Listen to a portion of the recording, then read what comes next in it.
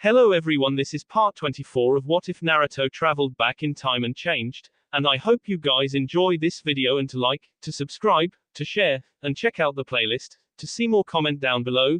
Now let's start the intro. They call me a god. They call me a god. They call me a god. Join my membership, the perks are great. It's in the description. As Guren's natural beauty transformed into a hideous crystalline monster, she growled at the gathered Konoha crowd. That wasn't very nice. I will kill you for your transgressions against Lord Orochimaru. Jiraiya belted out a laugh. Look, girly monster thing, I recommend you undo the cursed seal and come peacefully. If you do that, then the Jiraiya the Gallant will offer you protection. Guren's hideous form laughed crazily, like I would ever go with the buffoon teammate of my lord. It should be noted that in exchange for the unstable and evil power of the cursed seal. As Jiraiya pouted, Temari gave orders by hand signs to Shisui and Team Ro. Go, into, base. Find, research. I got this. Temari knew this girl from Naruto's memories, but according to those memories, this girl shouldn't have had the cursed seal of Earth. Oh well, if Temari saves her then Naruto can remove the seal. Jiraiya recovered from his pout, and he sighed as Temari stepped forward and asked him to stay out of it. He knew the girl was strong, but there was no way he was going to leave her alone. If she died, Jiraiya would be ripped to pieces. Be careful, Temari. That bloodline and the cursed seal are scary. Temari turned to Jiraiya, offered a confident smile and asked a question, does this barrier shield from Biju chakra? Jiraiya shrugged, we will have to absorb the remnants, but the clone should be able to do that. Cut loose. Temari turned toward her adversary and shot a smirk that was a mixture of sassy and confident. Let's go, Kokuo. Let's start at one tail. Kokuo let out a dolphin laugh within the seal. Eek eek eek, let me enjoy my first battle alongside my new partner. Yeah, you're my ride or die, Ko. Let's do it, Temari thought before turning to the now fully transformed Guren. Guren swished her pink, crystalline tail behind her and growled, try not to die too quickly, little girl. The two disappeared in blurs of pink and blue chakra. Kokuo's chakra cloak came out as a light blue when he gave it willingly to Temari. Temari's sensu fans were encompassed in a dark blue chakra due to the amount of wind chakra channeling through them, and Guren was surprised when her black and pink crystals were repeatedly sliced through like tissue paper. After taking a knee to the chin, Guren flipped backwards and created some distance. As Guren landed, she was forced to erect a crystal wall to block two wind blades that nearly cut through the wind wall and exploded in a steam cloud as they were halfway through. Even through the haze of bloodlust caused by the cursed seal, Guren knew that this shouldn't be possible. She roared out and launched a jagged ball of crystal from her tail and into the sky. She formed a hand sign and the ball of crystal detonated forcefully and sent shards of black and pink crystal flying at high speeds toward the ground. Temari saw what was happening and simply did a twirl with her two fans before a concave wind wall smashed into the falling crystals. With that threat dealt with, Temari turned in her wind dance and dodged a punch from Guren. She twirled once more, and as she twirled a steam cloud formed a 10-meter circle around her and Guren roared out in pain. Temari felt the crystal wielder jump away to her right and she unsealed her big fan, performed one powerful spin and launched, wind style, planar wind, in Guren's direction. Guren's face was still recovering from the fresh steam burns, and as she was landing a wall of steam was heading toward her at high speeds.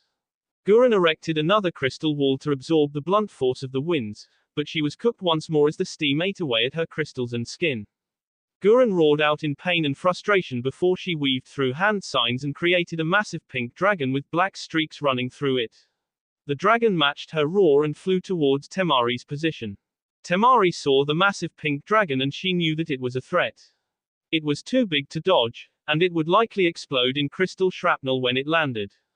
Temari opened her fan all the way and called upon Kokuo's chakra to channel it into the fan.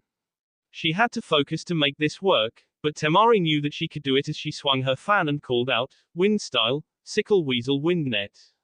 A wind net composed of interlinked wind blades spanned nearly 100 square meters and raced to meet the wind dragon halfway through. As the two jutsu clashed, the wind net shredded the dragon and chunks of crystal fell to the ground as the jutsu lost its form.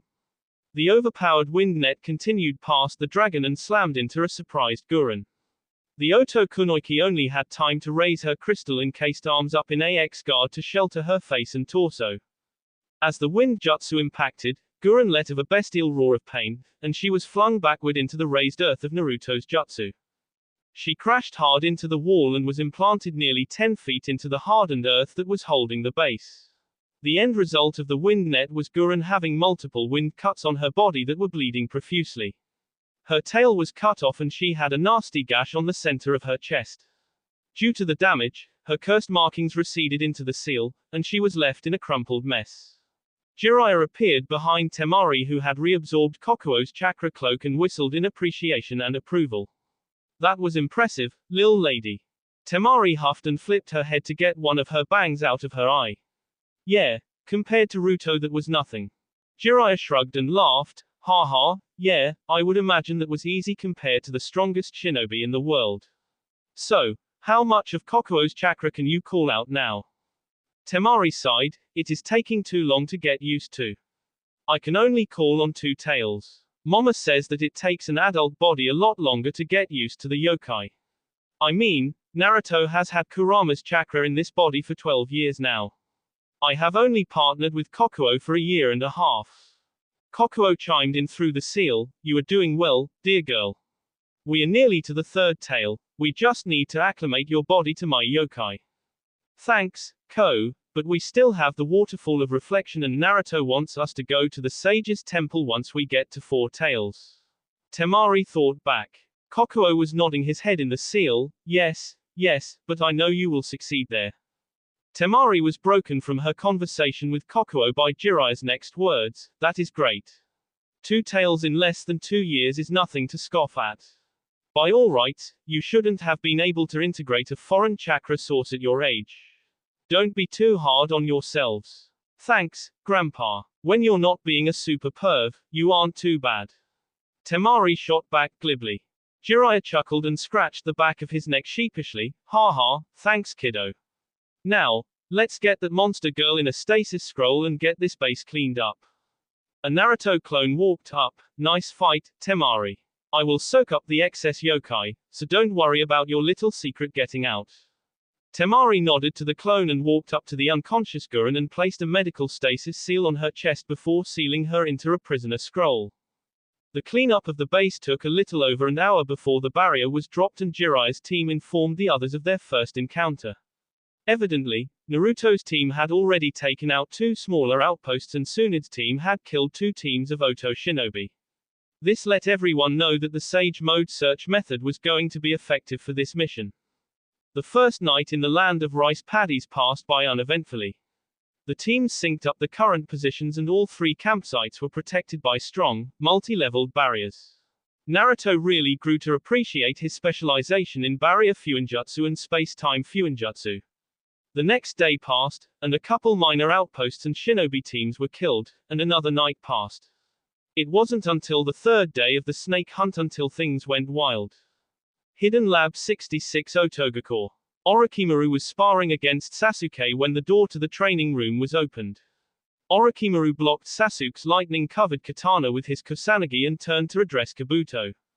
For what reason have you disturbed our training time? Orochimaru hissed. Kabuto bowed, Lord Orochimaru, something is wrong.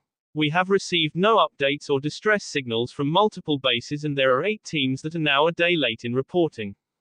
Orochimaru seemed to think for a bit before he hissed in displeasure, which bases and where are the intruders now? Kabuto frowned, Lord Orochimaru, my best guess is that they came in from Kumo. All of our bases in the northeastern regions have gone quiet. As I stated, I have received no alarms or reports, but it is strange for them all to go offline at the same time. Sasuke scoffed, send me and I will kill them.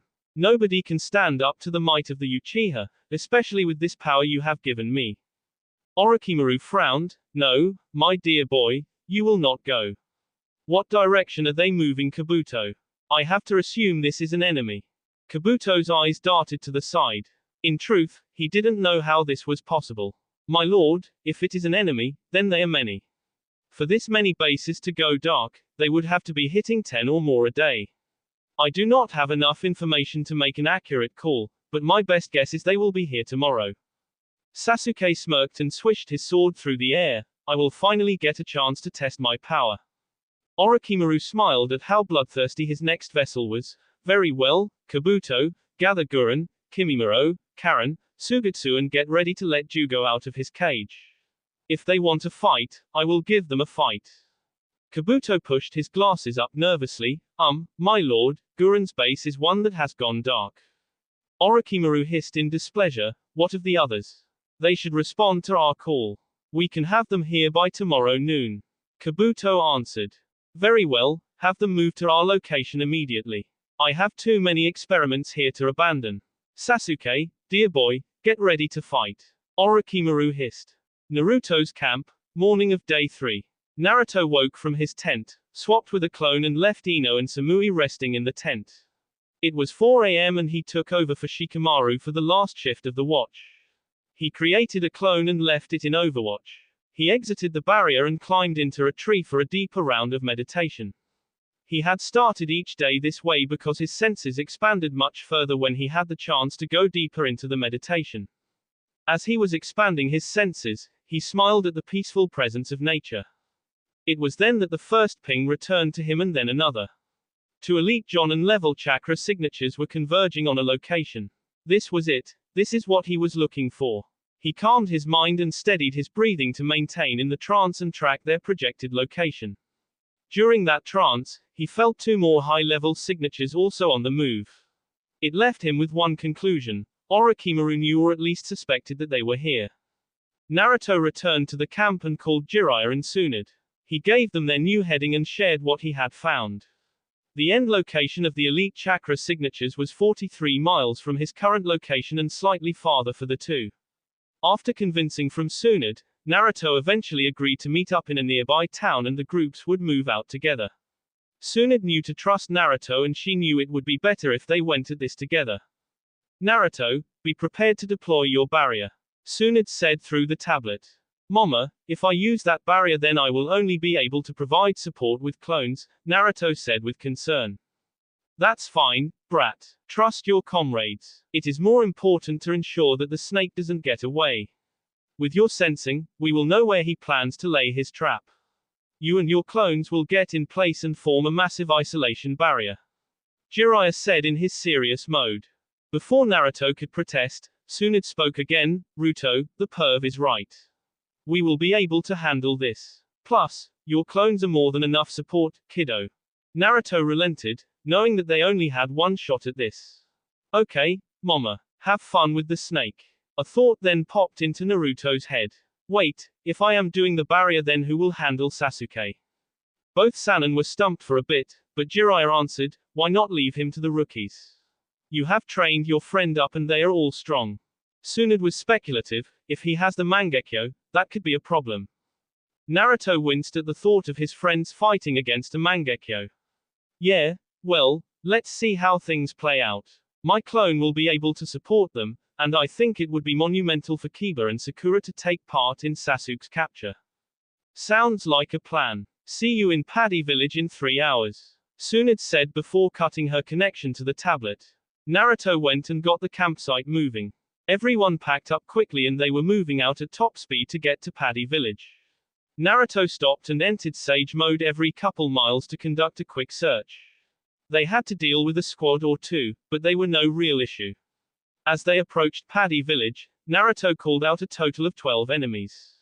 They approached slowly and Naruto pointed out the targets. Naruto took 5, clones are awesome. Asuma took 2, while Ino, Samui, Shino, Chuji and Shikamaru each took 1. After dispatching them quietly and knocking out any witnesses, Naruto ordered his team to spread out and set up a perimeter around the village. Within 30 minutes, the other 2 teams arrived to find Naruto deep in a meditative trance. Naruto's eyes cracked open to see everyone standing in front of him.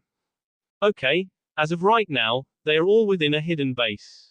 The masking seals are strong on that one and they cover a wider than normal area. The base is approximately 10 miles away to our south by southwest. My best guess is that it is over a square mile of underground labyrinth. Shisui whistled. That is a big base. Quite a bit larger than any of the ones we encountered. Sakura spoke up. Naruto, were you able to sense Sasuke? Naruto looked at her apologetically. No, I have been trying, but the protective seals are stronger than the ones we have encountered so far. It makes me think that this is the main base, and I believe we will find Orochimaru there, which means Sasuke should be there too. Naruto turned to Sue and Ranga. You two, I appreciate all of your help. If you wish to participate, I will not deny you. If you want to head back to Rimuru, I understand. The massive dire wolf spun his tail excitedly and kicked up an impromptu twister that messed up all of the kunoichi's hair. No need, Master Ruto. I wish to fight. Demon Lord Rimuru wishes for us to aid you in battle. Sue nodded silently. This has been good training. Your shinobi senses are a good test. I will scout with shadow movement, and I will work to free the prisoners once the fighting begins. Everyone watched on as Naruto spoke to his summons until Kiba spoke up. So, what is the battle plan? Jiraiya laughed boisterously. It is good and all to have a plan, but any plan only lasts until you take the first shot in your jaw. Tsunade scoffed, spoken like a true brawler. All right, brats, listen up. Orochimaru is mine. Jiraiya will be with me. Naruto is on barrier duty and will only provide support with clones. The rookies are on Sasuke duty. The elites will be divided up to Shisui, Team Ro, and then we can play it by ear. Anko pouted. I wanted a piece of the snake. Oh well, give it to him. Good for me, mama. This earned a confident smile and a nod from Tsunade. Kiba smashed his fist into his open palm. Finally, I will get a chance to punch that arrogant punk in the jaw. Naruto doused Kiba's enthusiasm. Look guys, the most likely scenario is Sasuke using the cursed seal. Each of those seals has a strong loyalty seal worked in, and we don't know how much damage Orochimaru has done to Sasuke. Expect a difficult fight, but that is what I have prepared you for. Work together, trap him, play on his ego, do whatever you have to do to stay safe. Shika, you are team lead for the rookies. Come up with a plan and implement it. Shikamaru nodded, fully alert. I would say that it is too troublesome, but he is a comrade. We will get it done, Ruto. Ino, no mind jutsu on him. I don't want you going into that mess. Tsunade cautioned. And don't be scared to call on Lady Katsuyu. You won't stop me from being able to summon her. Ino nodded in understanding and then excitement. Yes, Mama. Yes, Lady Tsunade. Hinata chimed in. The two girls were each given the right to summon the slugs during the training trip, and this would be their first opportunity to actually use it. Okay, everyone, I am going to head out with Sue and Ranga. Give me a 5-minute head start. When everything is started and I sense you within range, I will erect the barrier. You will know it is up because it will block all light for about 10 seconds, so don't freak out. Good luck everyone, watch each other's backs and stay safe. With nods, shouts and claps on the back, Naruto took off towards where he now sensed multiple shinobi guarding the target location. This would finally be settled, and one less enemy piece would be on the board. Naruto created 3 clones, encompassed himself in Senjutsu chakra and hid his chakra signature so that he could not be detected. It took him about 15 minutes to get in place and he felt his clones still. Naruto calmed his mind and prepared to erect his most powerful barrier. He had never done it over such a large area, but in his Golden Sage mode, it should be possible. He felt the task force approaching and he started the long sequence of hand seals after dispelling a shadow clone to let the others know to begin as well. The 112 hand sign sequence took over a minute for Naruto and his clones to perform, but when he felt Task Force Anaconda come to a stop in front of multiple chakra signatures, he activated the barrier. Tsunade led Task Force Anaconda with guidance from Naruto's wood clone. The clone called it out and the task force spread out in a tree line that opened into a wide field. Across the field, she saw her old teammate and a small army. She saw a red-headed girl pointing toward them and she could see the smirk on Orochimaru's face from the tree line. Jiraiya had already called Ma and Pa to him so he could enter Sage mode, and Tsunade closed her eyes and the blue shadowing appeared around her eyes. She would hold off on using the strength of 1,000 feet mark because if she used it then she would likely hurt her allies in the collateral damage. Okay, everyone, when the barrier activates and the world goes dark, I will launch the opening attack. Make sure you stay here until I am done with that. Tsunade ordered in a commanding voice. Yes ma'am. The task force responded. Suddenly, before any pleasantries could be exchanged, the world went black, truly black, and it was terrifying for everyone, even the Konoha task force that knew it was coming. On the Oto side, Orochimaru began panicking as the world went black and he could sense a massive buildup of chakra. He heard Karen scream, "Take cover," which only served to throw his troops into chaos. Then, the ground shuddered violently in a deafening roar, and Orochimaru heard screams from his men as the earth gave way below his feet.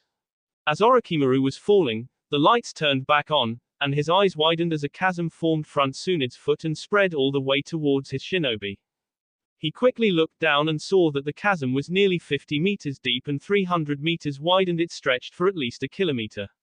It tore right through his base, and he gulped in anticipation and worry as he summoned one of Manda's children to stop his fall. In a puff of smoke, Orochimaru stood on top of a giant king cobra, and the snake climbed the walls of the chasm back to the surface.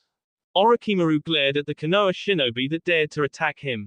Tsunade, that was not a very polite greeting between old teammates. Tsunade growled and sent a withering glare at Orochimaru. That is an oldler. The man I knew died long ago.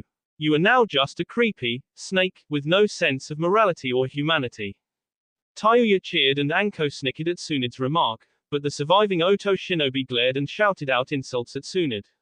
Orochimaru hissed in displeasure as he saw Sasuke summon another of the Snake Clan, and Kabuto jumped up to join Orochimaru. He sighed as he saw an enraged Jugo charging toward the Konoha shinobi. That boy could never control his bloodlust once he enters that form. There are bigger issues here. That barrier isolates everything within. Anything summoned in here will not be able to get back to the summoning realm. Kabuto said as he looked around to analyze the barrier. The snake shook its head. Orochimaru, if you summoned me to my death, my father will eat you. While Orochimaru was thinking, Jiraiya already saw the enraged and senjutsu-empowered enemy charging at him. That guy is using senjutsu chakra. I will handle him. I don't want anyone taking that fight if they don't know what they are up against. I will join you once I have finished with him. Jiraiya dashed toward Jugo and sent him flying with a strong punch from his frog kumite taijutsu style. Tsunade nicked her thumb, smeared blood on her palm, and summoned a large fragment of Katsuyu. It dwarfed the snake's summon and caused many of the enemy shinobi to take several steps backwards in fear. As she stood atop the giant slug, she spoke to Orochimaru, "Do you want to fight here or find a place of our own? I brought more than enough friends to keep your butt buddies occupied." Once again, Anko and Tayuya's cackling echoed across the field and incensed the snake Sannin. Orochimaru hissed deeply, "Kabuto, you use young Motem and I will summon Manda. We will need him in this fight." The now known Motem hissed in displeasure, "You would summon my father into a barrier he cannot escape from. You are a coward." Motem began writhing in anger until Sasuke jumped to his nose and put him under a hypnotic spell. "He will obey, now, my lord," Sasuke said lowly. Orochimaru smiled creepily and licked his lips at the thought of being able to use those eyes. "Thank you, Sasuke. I am going to summon Manda. Could you do that once more for me?" Sasuke bowed. "Yes, my lord." Thus, after Manda was summoned, his usual rant was cut off before it could even begin once he looked Sasuke in the eyes. "That is despicable. I am not a fan of the Snake Clan, but for a summoner to treat his summons in such a manner is foul," Katsuyu said in a soggy growl. Tsunade sucked her teeth, also offended by such a display. She looked down from Katsuyu. "Everyone have their assignments." Shisui nodded. "Yes, Lady Tsunade. I will fight the Kaguya. Anko will fight Kabuto. Temari and Hinata are on mob duty. The rookies will fight Sasuke. Samui will fight Water Boy." Tsunade nodded. "All right, move out and watch each other's backs." Battle for Otogakure. Tsunade's newly created gorge divided the potential battlefield nearly down the middle. Task Force Anaconda stood behind Tsunade and they each had their assignments.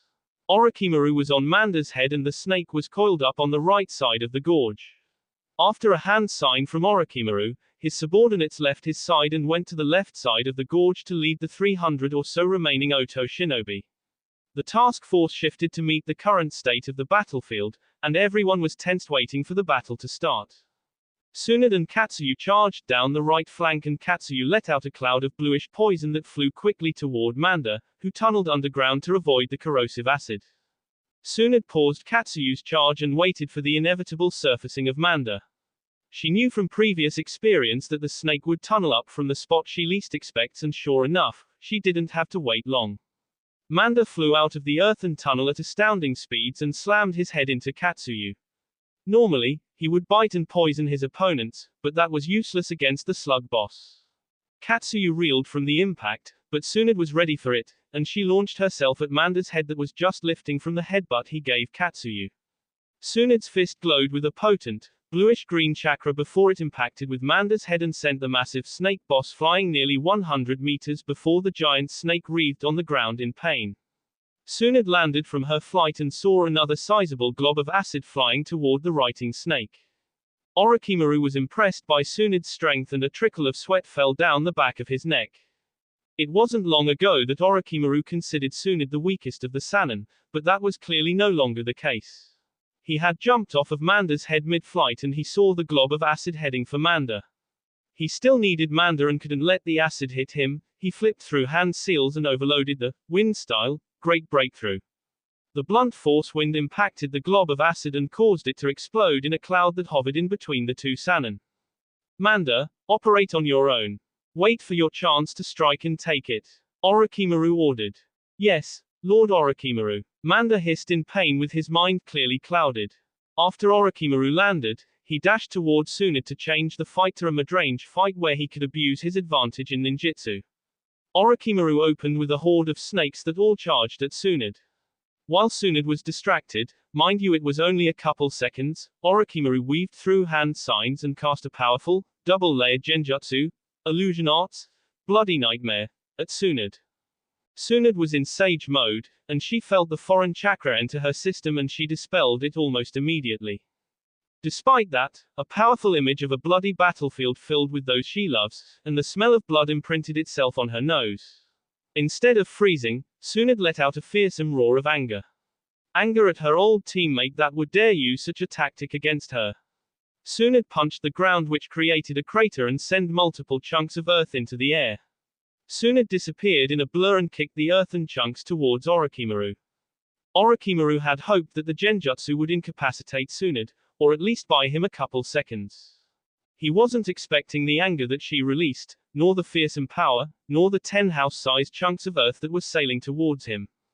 Orochimaru instinctively tried to kawarimi, to avoid the massive missiles, but his eyes widened in surprise when he was unable to activate the jutsu.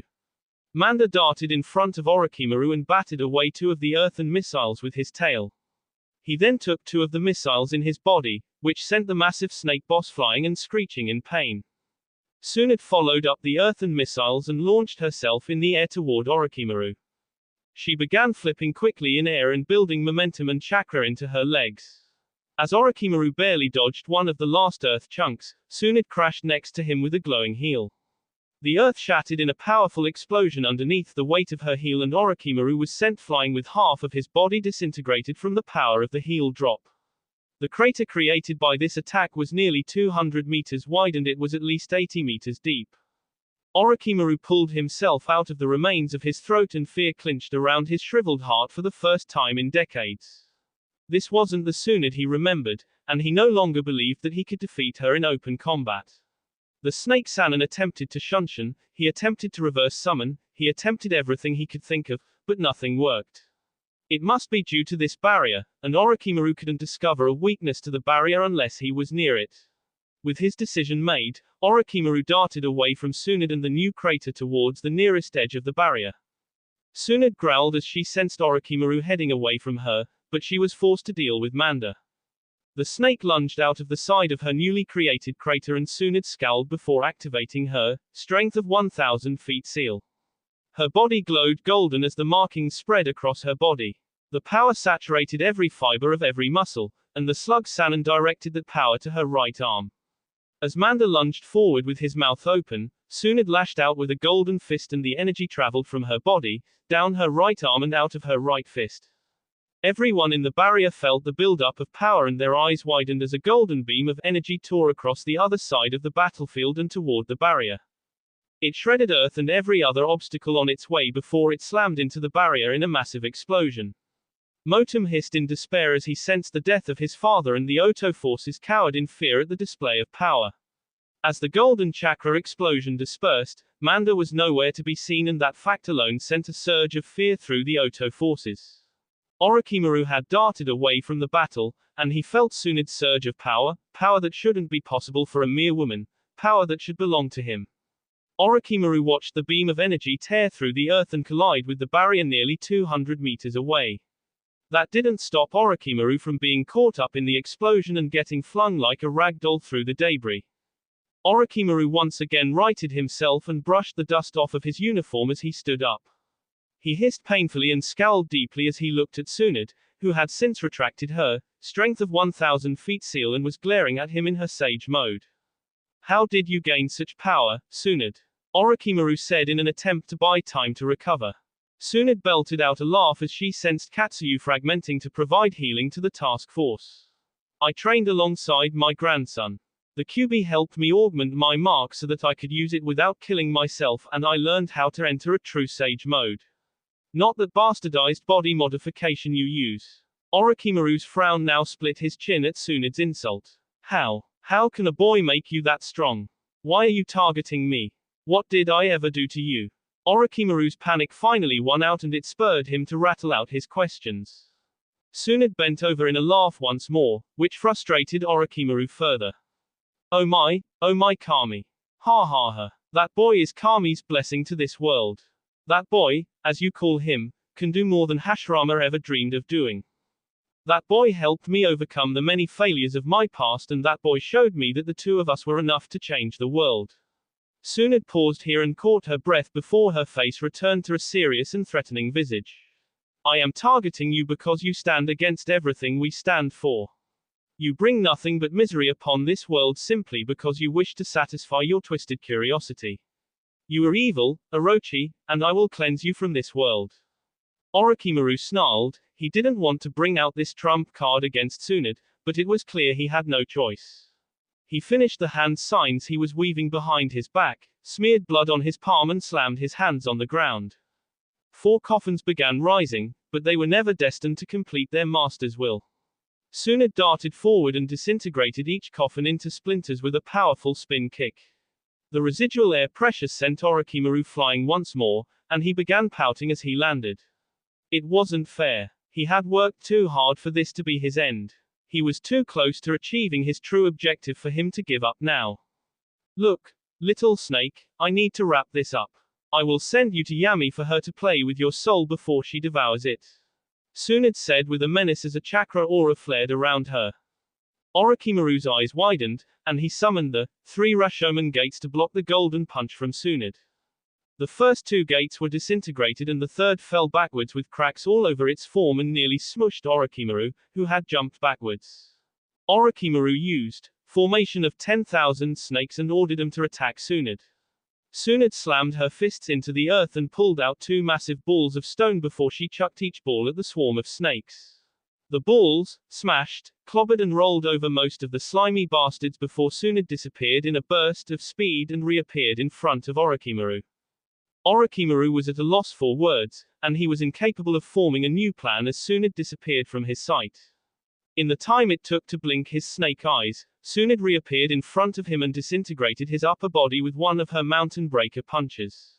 The lower body of the snake Sannon was tossed unceremoniously against the barrier, and it collided in a wet explosion of flesh and blood against the barrier. If Tsunade didn't know better, she would have missed the little white snake that slithered out of the bloody mess. Too bad for Orochimaru that Tsunade knew better. As the little white snake burrowed into the ground, Tsunade stomped on the earth and a white snake was tossed into the air through the newest crack in the ground. Tsunade grabbed the white snake in her right hand, infused a poisonous medical chakra into the snake and then proceeded to crush the snake in her hands. With a sigh, Tsunade took a seat on the shattered battleground to process the end of a long chapter in her life. Rookies against Sasuke. Sasuke looked down from the head of Motasa, daughter of Manda. Through the haze caused by the cursed seal, he glared down at Sakura, Kiba, Shikamaru, Ino, Chuji, Lee, Neji and Ten. Memories, mostly negative and filled with envy, flickered through Sasuke's mind. He remembered how most of the people in front of him surpassed him and embarrassed him in front of his father and family. He remembered the embarrassment and the negative emotions caused black markings to spread on Sasuke's body. Before Sasuke could address the rookies, 40 Oto shinobi flanked his snake summon ready to defend their master's prize. Sasuke growled and glared down at the Oto shinobi. I do not require your assistance. These peons could never pose a threat to me. One of the Jonin bowed to Sasuke and spoke loud enough for all to hear, Lord Uchiha, Lord Orochimaru would never forgive us if something were to happen to you. Please allow us to assist you. Sasuke scoffed and turned his head aside. Do what you want. Just stay out of my way. Shikamaru took in the latest battlefield situation and issued his orders. Team 9, can you deal with the trash? You can come to assist us after the extras are dealt with. Lee nodded enthusiastically while Ten began preparing. Neji spoke for his team. It will be easy. Remember to be aware of his cursed seal and Sharingan. Shikamaru nodded. All right, very well. Ino, summon against summon please. Kiba and Chuji, tank to the front. Ino and Sakura, take the flanks and wait for your openings. Remember, don't hold back. That cursed seal gives him quite a bit of durability. Sakura seemed to tense at those words, but Kiba nodded confidently. Before the planning could continue, Sasuke spoke in a menacing tone at the Konoha shinobi. You are all pathetic. You could never stand against the might of the Uchiha. Leave at once, I cannot stomach your presence any further. Sakura whimpered under her breath, Sasuke-kun, what happened to you? Kiba growled, look, bastard, we are here to save you. You will come with us back to Konoha whether you want to or not. Sasuke let out an evil cackle. Oh please, you are all trash. Very well, words will no longer suffice, come and meet your deaths. Ino summoned a fragment of Katsuyu that was twice as big as Sasuke's snake. The slug launched a glob of acid at the snake, who dug underground much like Manda always did. The acid impacted and took out 5 of the Oto shinobi that had formed up. Moments later, the rookies were forced to scatter as the snake surfaced and spun its tail in a wide area of effect attack. Chuji used his Akamaiki style, multi-size technique, to grow his body and he caught the snake by its tail. Ino ordered Katsuyu to launch another golb of potion at the immobilized snake. Chuji released the snake's tail at the last moment and jumped away. The acid impacted the snake summon and began disintegrating it, which caused the snake to screech in pain. Normally, this would have dispelled the snake, but the barrier was preventing the snake from dispelling. Sasuke was forced to watch as his familiar slowly died in front of him, which caused his Mangekyo Sharingan to flare to life. Seeing the target responsible for killing his familiar, Sasuke roared as black flames left his eye and encompassed a flank of Katsuyu. Ino was worried for Katsuyu as she hissed in pain, but she ordered Katsuyu to fragment off the portions caught by the black flames and the slug obeyed her order. The slug was now 2/3 or its normal size, but it was okay. Ino decided that with the snake out of the way, it would be better for the slug to fragment and provide healing to the squad. Thus, each member of the rookies now carried a fragment of Katsuyu for the rest of the battle. After Sasuke's first attack proved to be ineffective, Sasuke unsheathed his katana and darted towards Sakura with his blade encompassed in lightning. Kiba dashed in his way and used the gauntlets Naruto designed for him to absorb the blow from the katana. Kiba began a high-speed taijutsu, kenjutsu battle that the others looked to support. Chuji waited for his opportunity and Shikamaru was watching the recent developments. Kiba had greatly improved since he joined the other rookies in their training.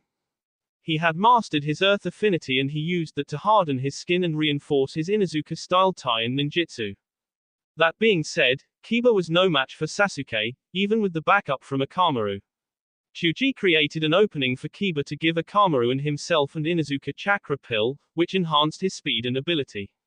After Chuji's oversized bow staff raised from the ground, Kiba and Akamaru darted towards Sasuke in twin, Gatsuga, tornadoes as Kiba roared out, Inuzuka style, fang over fang. Sasuke scoffed as he easily dodged the slow attack from Chuji, and he prepared himself to counter Kiba's attack. He sheathed his sword in potent lightning chakra and dashed toward the tunneling tornadoes. Sasuke was forced to revert his course quickly when Ino and Sakura sent earth and fire-enhanced shuriken hurtling towards him. This aversion caused his counterattack to fail, but the Inuzuka attack failed to land as well. As Sasuke was recovering, he was forced into the air as a ground sweep from Chuji's bow staff tore across the earth.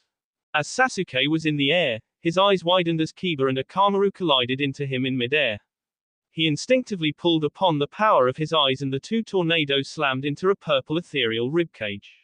The ribcage cracked slightly but held up despite the ferocious attack. As Kiba and Akamaru fell, Sasuke was flung backwards, and the Susanoo ribcage was forced to endure a direct blow from Chuji's bow staff that slammed him into the ground in an explosion of earth. Sasuke scowled deeply and the negative emotions drew upon more of the cursed seal's power. He sprouted two hand-like wings on his back and a crooked tail formed at the base of his spine. He emanated a black chakra aura around his body that felt sinister and totally evil. This alerted Naruto, who immediately dispatched a wood clone to assist his friends. Sasuke roared out as the power consumed him and guided him to launch an attack he developed. Blue streaks of lightning appeared around Sasuke and took the form of Senbon as Sasuke roared out, Chidori Senbon, and directed the lightning enemies towards the rookies.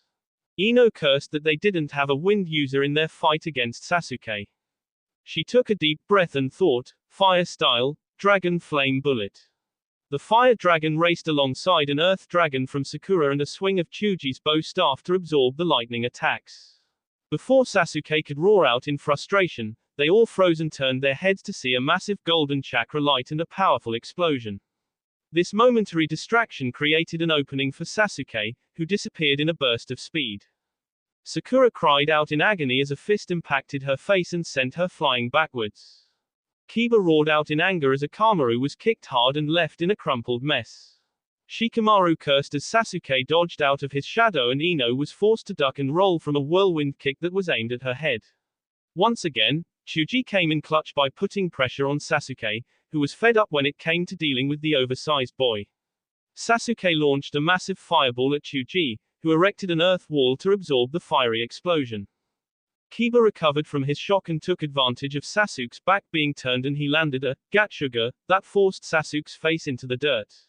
Ino backed up Kiba's attack by hitting Sasuke with a fire-style, majestic flame flower jutsu that scorched his back and caused him to hiss in pain. Before Shikamaru's shadow could catch his, Sasuke disappeared and launched towards Ino while his hand sparkled blue, and the sound of chirping birds could be heard all over the battlefield. Sasuke lunged forward towards Ino at insane speeds with his right hand outstretched encased in lightning chakra. Ino began dodging, but she knew the attack would clip her. It was insane how much speed and power the cursed seal gave Sasuke. Suddenly, Naruto appeared in front of Ino and caught the lightning hand in his Mokuton gauntlet. The wood clone was in Sage Mode Level 2, and it looked impassively at Sasuke, who was scowling deeply at the avatar of his inferiority complex. Sasuke roared out in pain and frustration as the clone twisted his forearm and snapped the bones in his forearm and wrist. Sasuke freed his hand and jumped backwards clutching his injured arm. The power of the cursed seal immediately began healing the wound, but it still caused him a great amount of pain. Seeing Naruto, Sasuke sent another volley of the flames of Amaterasu towards Naruto, who erected a wood wall to intercept the flames. Chuji came from behind and his shadow encompassed Sasuke, which let Shikamaru capture him in his shadow binding technique. Sasuke roared out in frustration as he struggled against the bindings of the shadows. Shikamaru struggled to maintain the technique, despite his advanced training in his clan arts. Sasuke's chakra was evil, corrosive and dark, which made it harder to bind down. Naruto, do it now. Shikamaru roared. The Naruto clone walked forward and weaved through a long series of hand signs before calling out, Uzumaki style, chakra lock. The wood clone placed its hands on Sasuke's chest and called, activate, which caused thick black kanji to spread out around the teenage form of Sasuke. As Sasuke's chakra was frozen in place, his Sharingan deactivated and his body slumped to the ground. The clone turned to Ino, I need a stasis scroll. Ino fumbled around in her Fuinjutsu kit and grabbed the required scroll before handing it to Naruto's clone. The clone spread the scroll on the ground and moved Sasuke on top of the scroll before sealing him into it in a puff of chakra smoke. Before Naruto could even roll the scroll back up, a whimpering Sakura ran over. What did you do to Sasuke? Is he going to be okay? She screeched. Not now, you troublesome woman. We need to assist the others in finishing the battle. Shikamaru ordered, which saved the wood clone the trouble of dealing with a Sasuke-distressed Sakura. Shika is right. There is still fighting going on and this is the main base of Orochimaru. Ino said. Kiba was eyeing a red-headed girl that was watching Sasuke's fight and he pointed toward her, which made her flinch. Wasn't she one of the girls Naruto told us to look out for? The wood clone turned and looked at Karen. Ah, yes, that is my cousin. I will deal with this, he said in a cool voice before moving faster than any of the rookies could track. The clone appeared behind a startled Karen and immediately immobilized her in a full Nelson. Hello, cousin. I need you to make a choice. Do you wish to remain loyal to Orochimaru or do you wish to join your family? Karen was startled. She had great sensing ability, but she was never a combat type. She was forced into the servitude of Orochimaru after Kusa sold her to him. Despite herself, she really didn't have a problem conducting the Sanin's experiments because she believed the experimentation would be for the betterment of humanity. That being said, this blonde guy terrified her, and she knew that she was no match for him. What do you mean cousin? What happened to Sork? She whimpered. Karen felt wood binding her up and she felt it difficult to call on her chakra as the clone stepped in front of her. I am Naruto Senju Uzumaki. You are Karen Uzumaki, are you not? Karen simply nodded. Then, you are one of my last remaining cousins. I am rebuilding Azuchiogakure, and I offer you my protection. You need to turn on the snake, tell us what you know and pledge your loyalty to me. I offer you this because I am a true Uzumaki. Family before all, always and forever. Karen's eyes widened and she cast her eyes to the ground in shame. I am not worth saving. The clone lifted Karen's chin and looked deeply into her eyes. She felt the calming presence of his senjutsu chakra, and the emerald orbs glimmered with power as she peered into the depths. You are family. That is all the reason I need. Karen nodded weakly and embraced Naruto in a passionate hug as she broke down crying. After she lost her mother, life became an instant struggle for survival. Sure, she was naturally and curious and liked experimenting, but she would admit that she was doing something wrong. If this were her chance at redemption, then she would take it and she instinctively knew that she could trust him. Thank you. I will follow you. She whispered into his chest.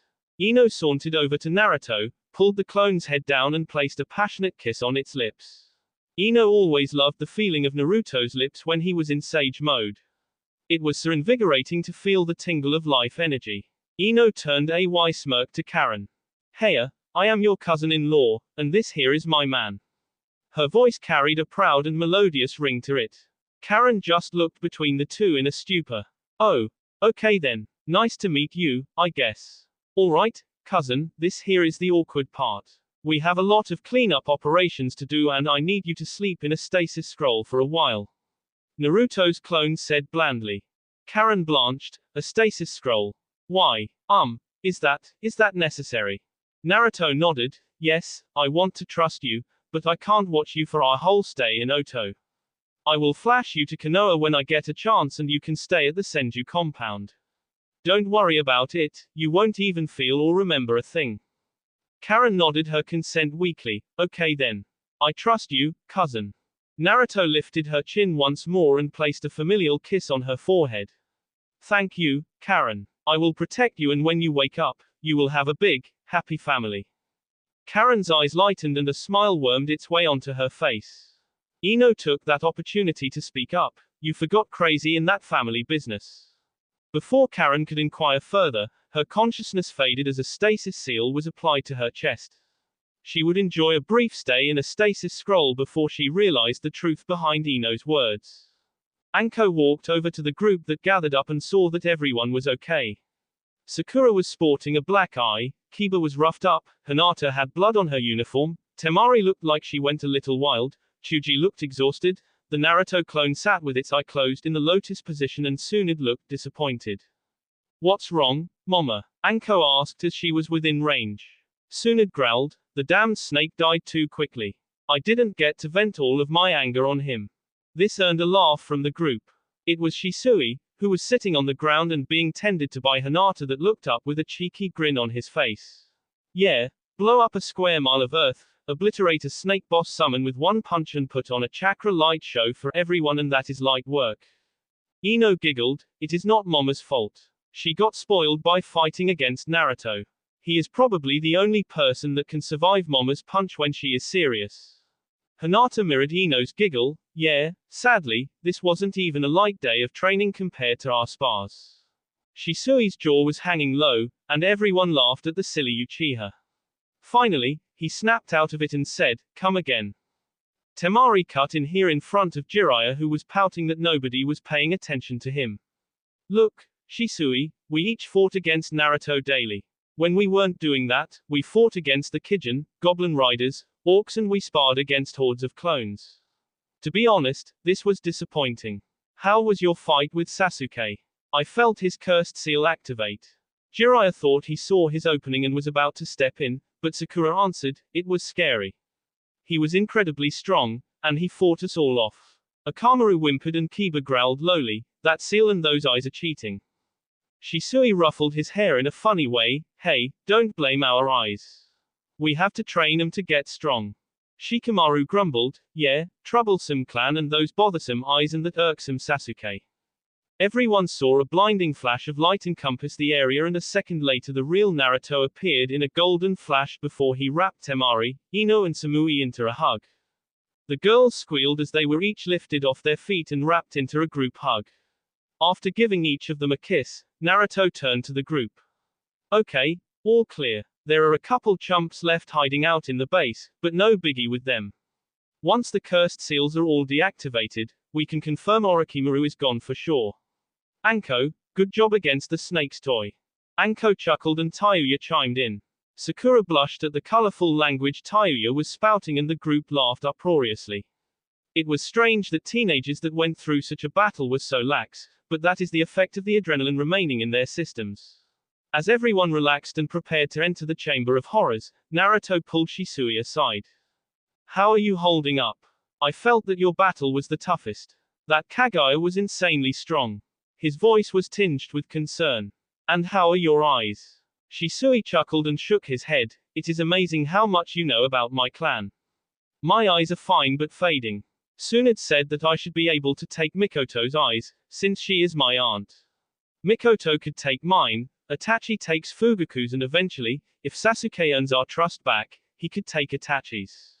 Naruto suppressed the cringe and forced himself to remember that this Sasuke hadn't fallen into the darkness yet. He took a deep breath and slowly opened his eyes, which wasn't missed by Shisui. Good to know you have a plan. If Momo is on the case, then I know you will be fine.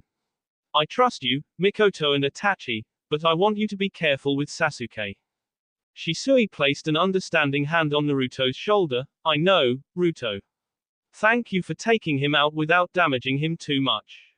Naruto sighed and decided to change the topic, so, care to share the details of your battle?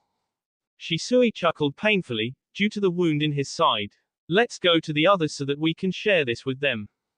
Shisui versus Kimimaro. Shisui had darted into the fray and found his target. To be fair, the Kagaya had 2 red dots on the center of his forehead, and it was kind of hard to miss his presence. The Kagaya had already shed the upper part of his kimono and it lay limply over his belt. Shisui wished that he could use the shunshin in this barrier, but he understood the need to disable the special movement. He separated the crowd with a massive fireball, and he was amused to see Temari flick one of her sensu fans and empower the already sizable blaze into an inferno.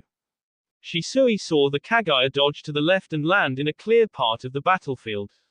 He disabled all of his seals and lashed out with the katana that Naruto had given to the clan all those years ago. He had named the sword, Fugaku's Inferno, to commemorate his fallen clan head.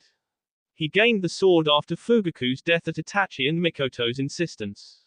He felt the natural flow of his fire chakra through the seal on the hilt and he engaged the Kagaya at close range. Kimimaro was an experienced fighter and his clan lived for battle. If he were in better health, he would have already activated the cursed seal and dispatched the foes of his master. As it were, Kimimaro knew he needed to pace himself and thus he was caught off guard when a flame sword threatened to remove his head. Hardened forearms blocked the katana, and he hissed in pain as the skin on his forearms was singed. Kimimaro jumped back and pulled to tanto-length pieces of bone out of his shoulder as he squared off against his adversary. Kimimaro was never one for words and he simply wished to kill the man that challenged him and his master. He darted towards the Uchiha that had a fully matured Sharingan activated and began a high-speed clash of chakra steel and bone.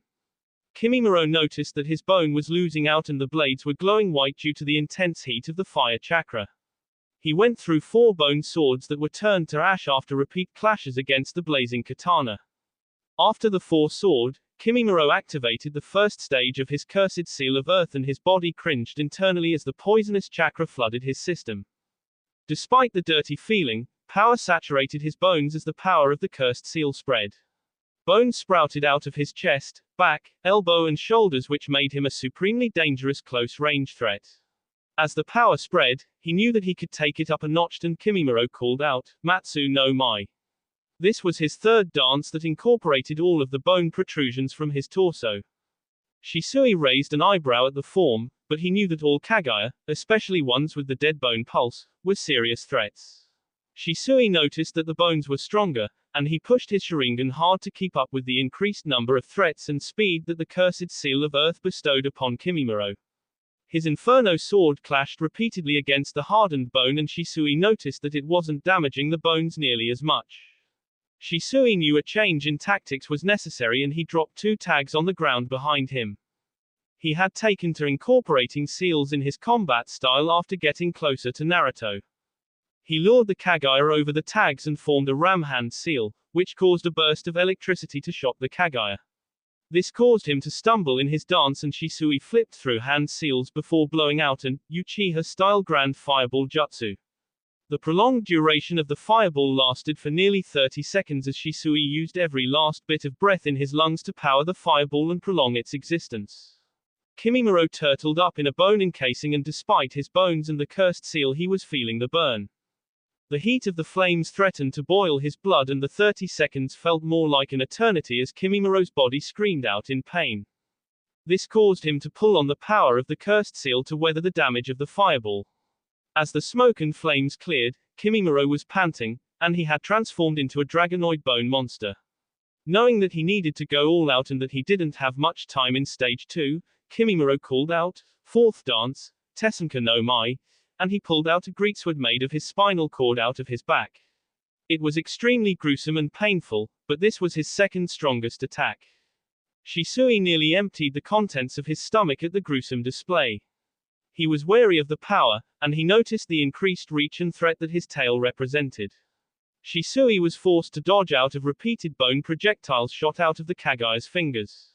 Shisui kept dodging smoothly until 2 of the bone projectiles penetrated his right ribcage and shoulder.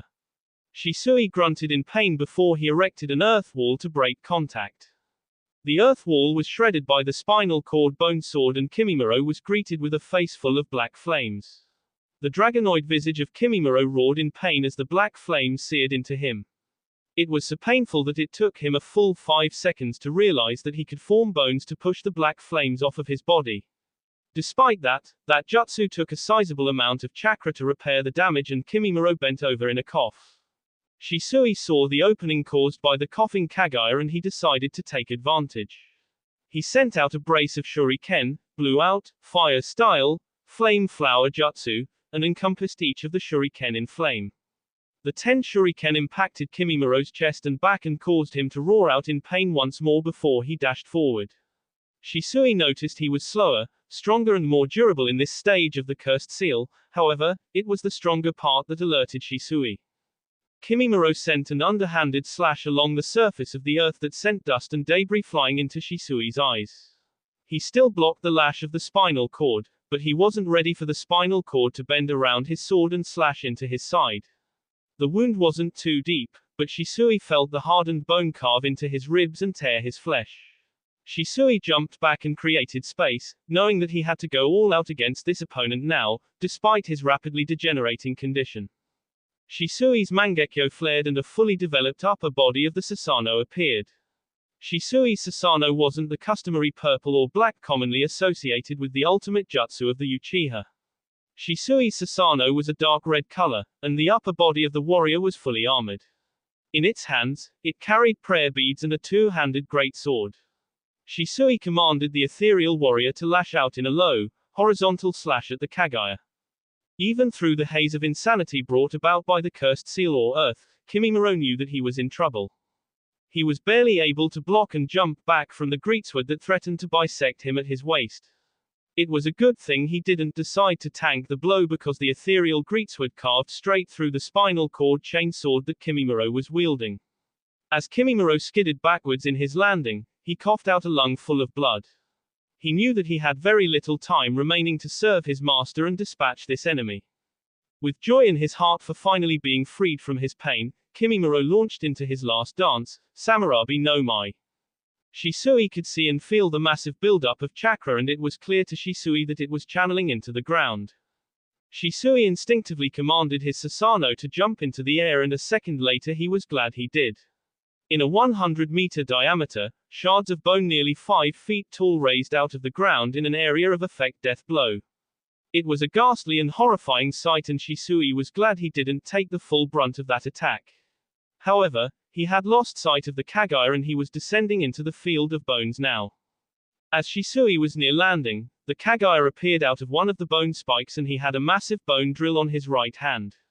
Shisui commanded his Susanoo to perform a two-handed block with his greatsword, and he was horrified to see that the chakra sword only held briefly before cracking. The bone drill was beginning to penetrate Susanoo's chest armor when Shisui noticed the boy's head slack and his aura died out.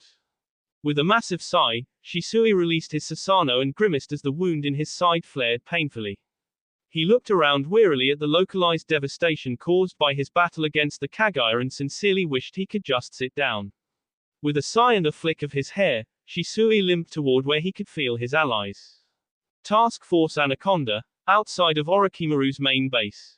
The group had listened in rapt attention to Shisui's tale of the battle. It sounded epic, and they only need look toward the field of bone to believe every word Shisui said. His wounds were already healed, and a light bandage was applied to his right side. Everyone had taken the opportunity to catch their breath, snack a bit and drink some water. They also consolidated prisoners and prisoner scrolls, which were given to Naruto so that he could flash them back to Konoha after camp had been set up for the night. That meant that they had Karin Uzumaki, Sugetsu, Sasuke, Jugo and Guren in stasis scrolls, and each one would be able to provide valuable intelligence on Orochimaru, or at the very least be an interesting experiment for the scientists of Konoha. Naruto would advocate for humane treatment, but if the crazy F didn't mellow out after he removed the cursed seals, then Naruto would have zero issues with sending them to the afterlife. Alright, everyone, just a bit left. This base is massive, and we will break up into teams. Be wary of traps, enemy shinobi and the experiments that went wrong. When in doubt, seal it up. Shisui, please go and seal Kimimaro's body. That may very well be the last dead bone pulse user in the world, and I am sure we could learn something from his corpse. Mama, anything specifically that you need? Tsunade shrugged, not really. I am not the snake, I don't care for human experimentation. All notes and books are to be collected without being read. I will create a team to deal with all of the results of this twisted research. If anything is too far gone, kill it. It will be a mercy if the creatures we have seen so far are anything to go by. A tear fell from Hinata's cheek. She had slaughtered many experiments with well-placed arrows, but she agreed with Tsunade. The people were no longer sane and many of them looked like they were in pain. Sniff. It is so sad what he did to them. I had to kill so many. Neji put an understanding hand on Hinata's shoulder. He saw everything with his Byakugan, and it was a gruesome sight.